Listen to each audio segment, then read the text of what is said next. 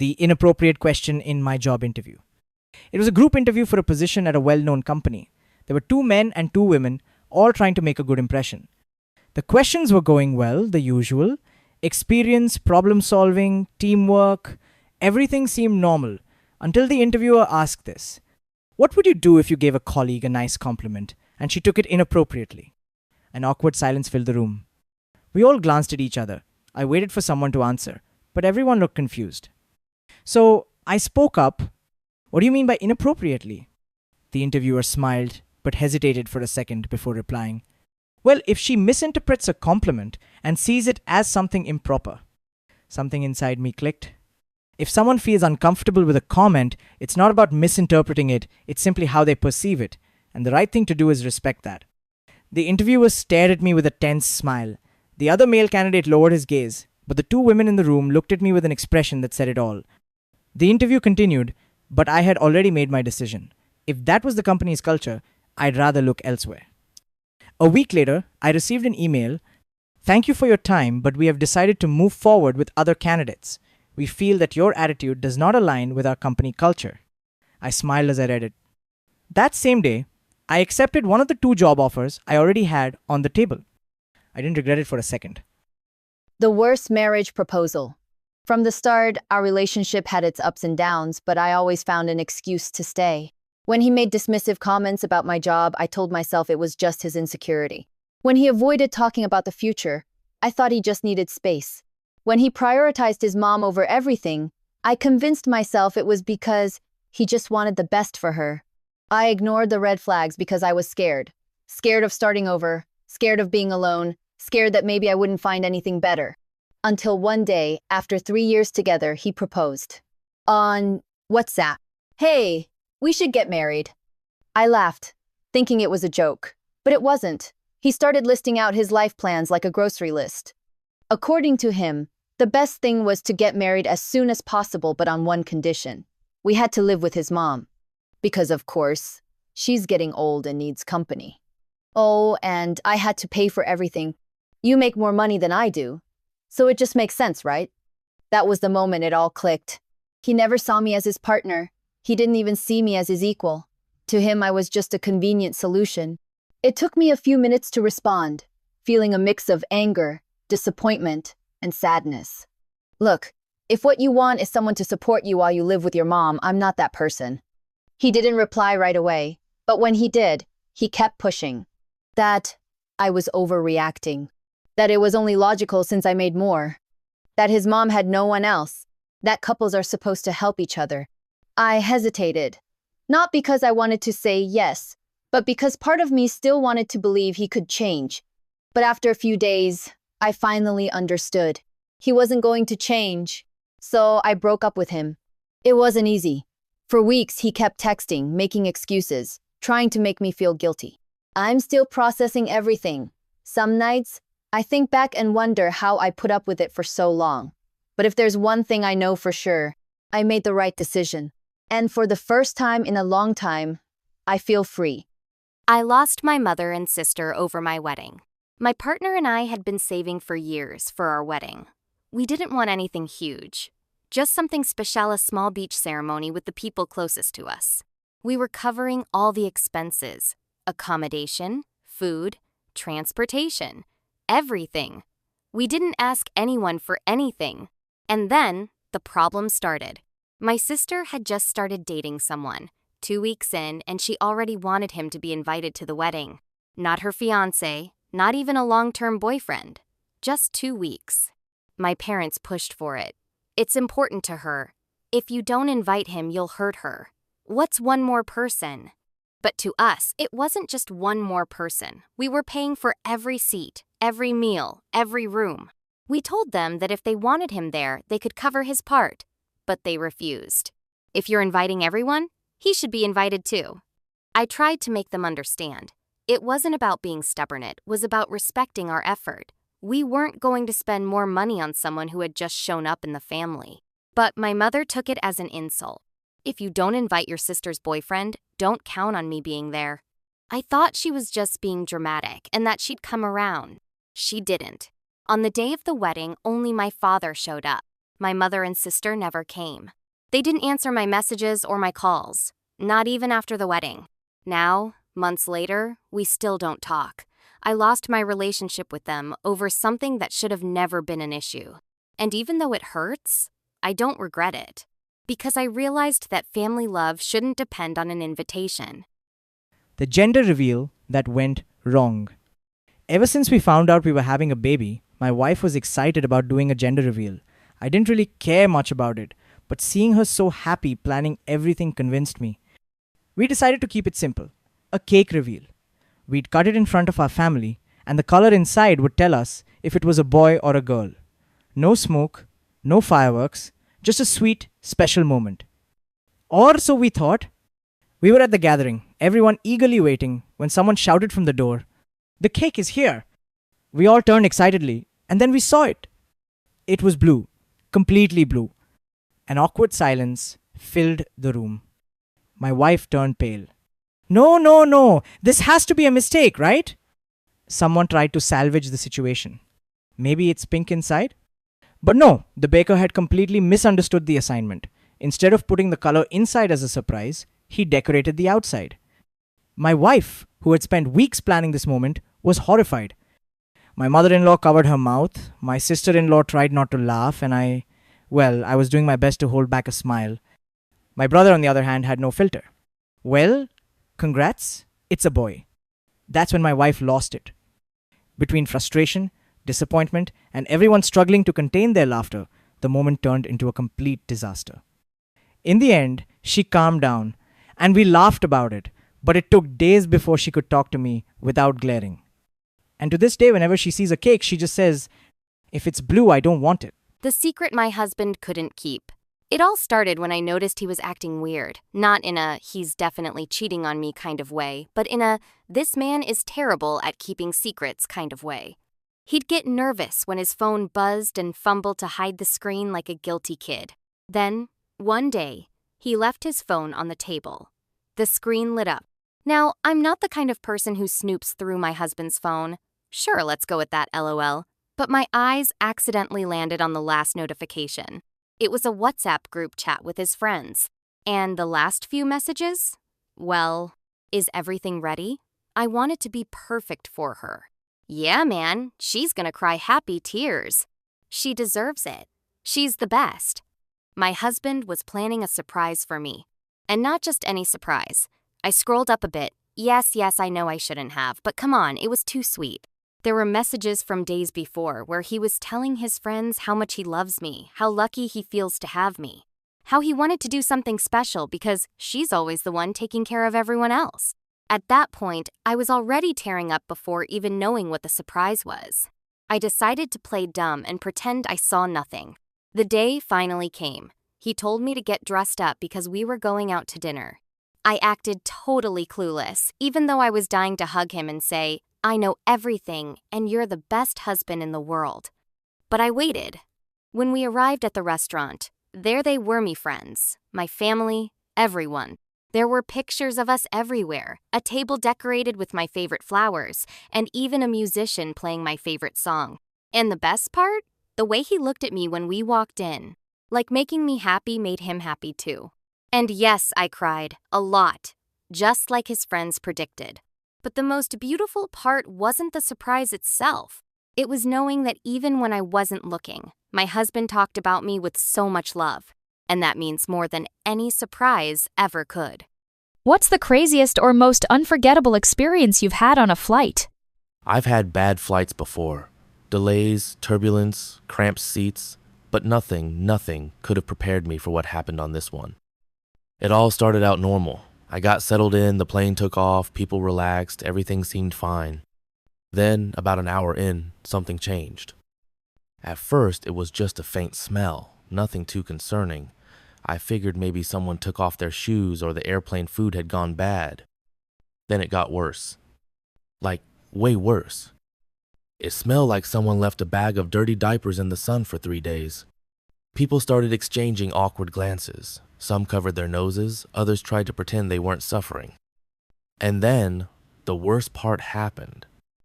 A flight attendant walked up, looking deeply concerned, and opened the bathroom door. Her face said it all. The rumor spread quickly. Someone had clogged the toilet with a cloth diaper. Yes, a cloth diaper. Who in their right mind does that on a plane? Then the captain made the announcement. We had to turn around. We had already been flying for an hour and 45 minutes, and now we were heading right back, trapped in that godforsaken stench. There was no escape. Picture this. You're stuck in a metal tube at 30,000 feet, breathing in air that is getting progressively more toxic. People were covering their faces with their sweaters. Some were just breathing through their mouths. And me, I just wanted out. After what felt like a lifetime, we finally landed. People got off the plane like they had just survived the apocalypse. And the worst part? The culprit was an old lady. As we were getting off, this sweet-looking older woman casually turned to a flight attendant and said, "Oh, the bathroom. Yeah, I didn't know what to do with the diaper." The flight attendant just froze. I did too. She admitted it like it was nothing. I don't know what was worse, the stench, the wasted flight, or the fact that she didn't even seem remotely sorry after putting an entire plane through hell. But if you ever think your flight is a nightmare, just remember, at least your plane didn't have to turn around because an old lady clogged the toilet with a diaper. The roommate who ruined his own life over some recordings. There were 3 of us in the apartment, but one guy moved out, and a new roommate moved in, a girl. Super chill, respectful, minded her own business. No issues at all, until our other roommates started acting weird. All of a sudden, he was way too interested in her. Always accidentally running into her in the kitchen, making weird comments, looking at her in a way that just felt off. And then, one night, it all went to hell. I heard yelling. I stepped out of my room and there she was, furious, holding his phone. "Are you serious? Were you recording me in the shower?" I froze. What the actual hell? The dude tried to defend himself with the dumbest excuses imaginable. It's not a big deal. You couldn't even see much. If she didn't want this to happen, why live with guys? Dude, what? That's when I realized this guy was completely out of his mind. Obviously, she reported him. The landlord kicked him out, the police got involved, and now the guy has a record. And the craziest part, he still thinks he did nothing wrong. To this day, he insists that she overreacted, and that women shouldn't live with men if they don't want this kind of thing to happen. But the truth? He ruined his own life. All because he couldn't respect someone who just wanted to live in peace. I made a mistake in front of a group of kids. It was a bad day, one of those days where the tiniest thing can push you over the edge. I was running on barely any sleep, drowning in college assignments, and work had been an absolute nightmare. All I wanted was to get home in peace. But, of course, the universe had other plans. I was a few blocks away from my apartment when I saw a group of kids playing with water guns, laughing, screaming, soaking everything in sight. Whatever, I didn't care. I just wanted to walk past them quickly. But then one of them, a 7-year-old looking menace, spotted me. And for some reason, he decided I was his next target. No warning, no hesitation, he blasted me right in the face. Not a little splash. Number. A full-force jet of water straight to my hair, my clothes, my entire soul. And that was it. Without thinking, I grabbed his water gun and smashed it on the ground. Silence. The kids stared at me, mouth open, eyes wide. The other kids froze. And I froze too. Because the second I saw his little, "What the hell just happened?" face, I knew I had just messed up. I walked away without saying a word, but the guilt hit me immediately. What the hell was that? It wasn't the kids' fault. It was just a game. Maybe it was the stress, the exhaustion, or the fact that I just felt completely drained, but none of that justified what I did. I thought about going back to apologize, but it was too late. And now, every time I pass that street, I wonder if that kid still remembers me as the crazy lady who destroyed my water gun. Because honestly, I definitely remember him. And I regret it. I lost weight for other people and I regret it. I always thought losing weight would make me feel better about myself. That once I was thinner, everything would change. I'd feel more confident, prettier, more accepted. And that was my mistake. It all started with little comments. "You're so pretty, but you'd look even better if you lost a little weight. That outfit would look amazing on you if you were thinner. You have such a beautiful face, you should take care of your body. And little by little, I believed them. So I became obsessed. Extreme diets, hours of exercise, fear of food. Every number on the scale was a battle against myself. Every pound lost felt like a victory, but it was never enough. Until one day, my body said enough. I was constantly getting sick. I felt weak all the time. My hair started falling out. But the worst part, even after all that, I still wasn't happy. Because I never did it for me. My father left me when I needed him the most. My father left. Just like that. One day, he was just gone. He left me with a world full of responsibilities that he never taught me how to handle. He raised me to believe he'd always be there, that I'd always have a safety net to fall back on.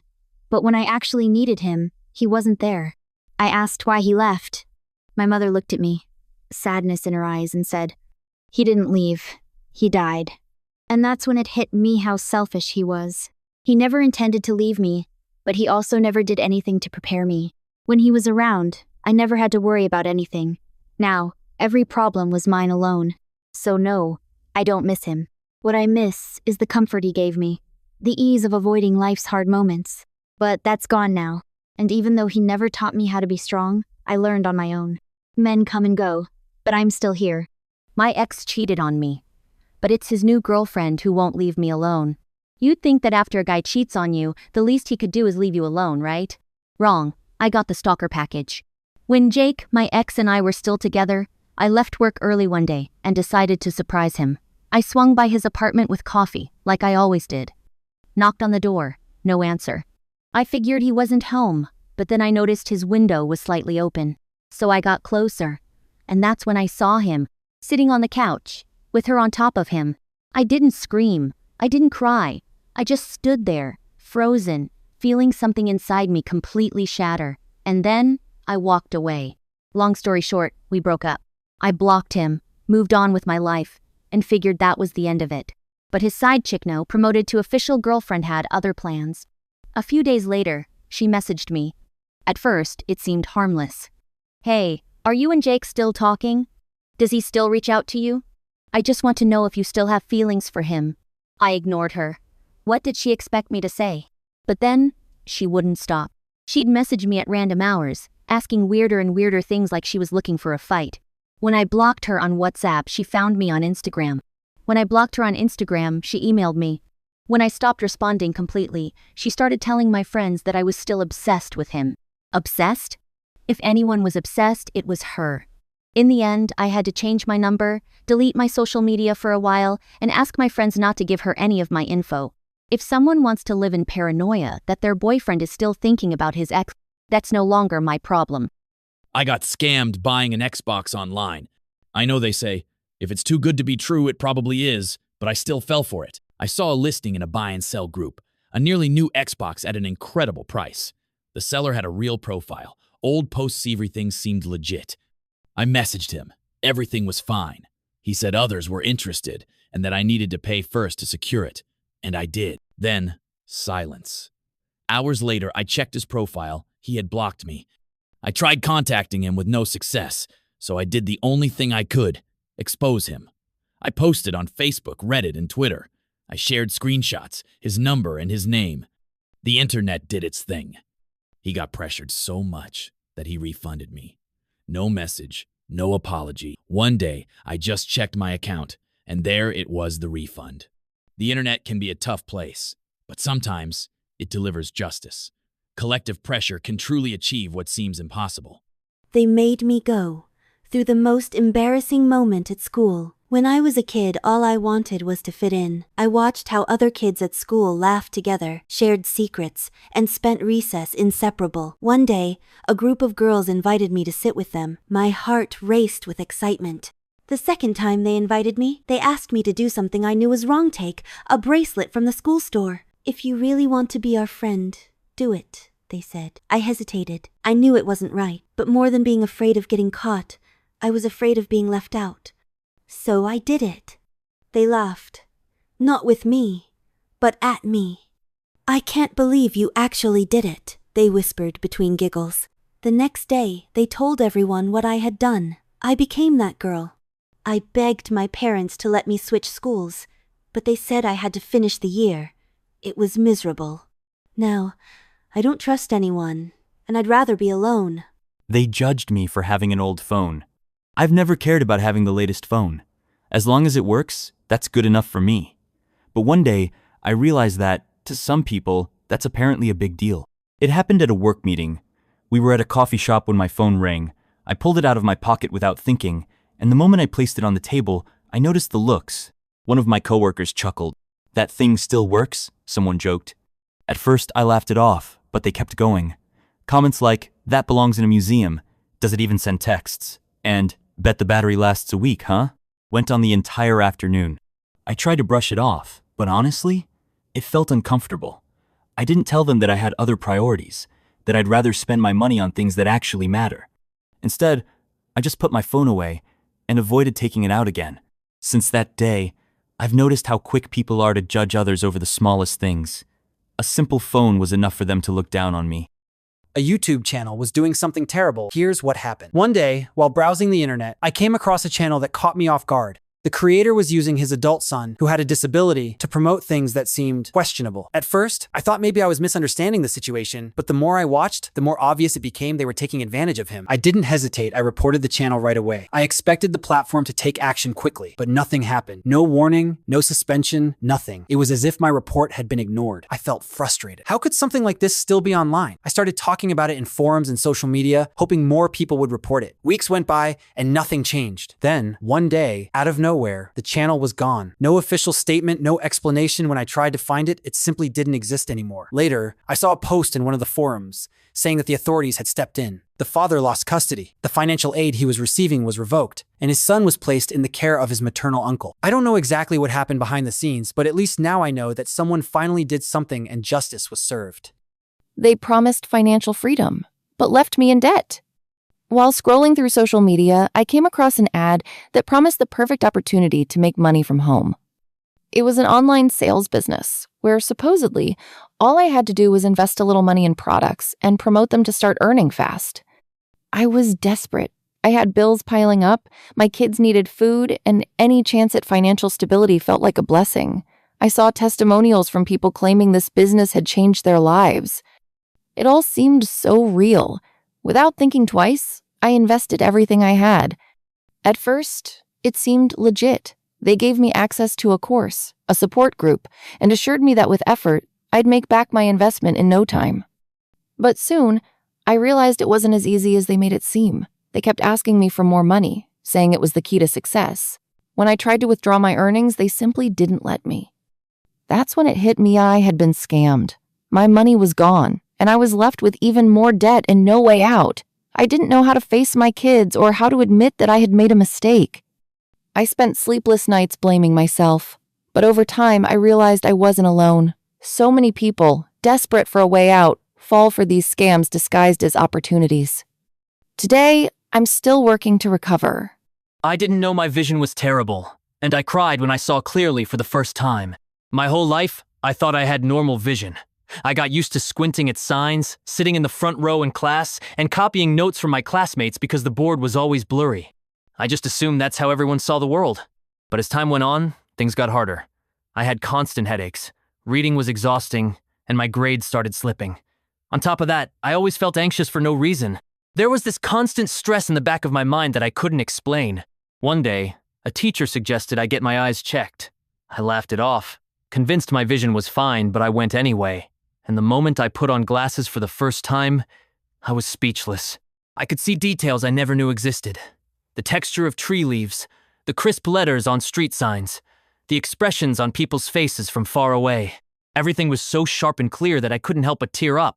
That's when I realized I had been living in a blurry world my whole life without knowing it.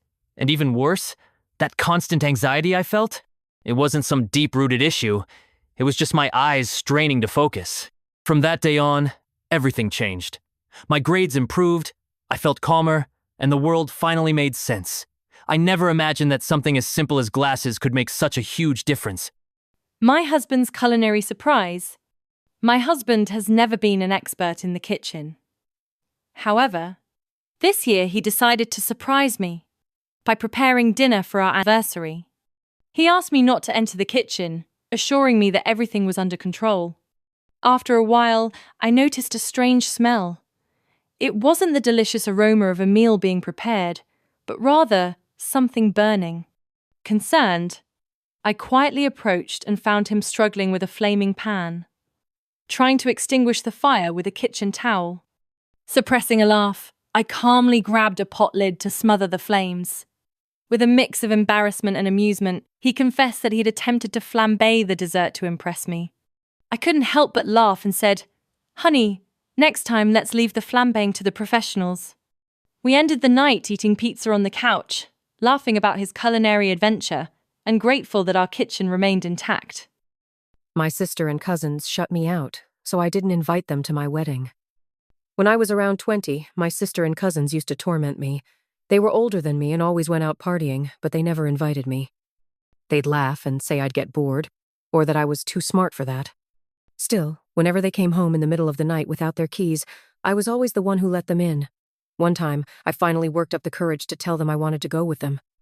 They just smirked and told me I was too young. But that same night, they took one of our younger cousins along. After every party, they'd crash in my sister's room, which was right next to mine. I could hear them talking about me and my boyfriend.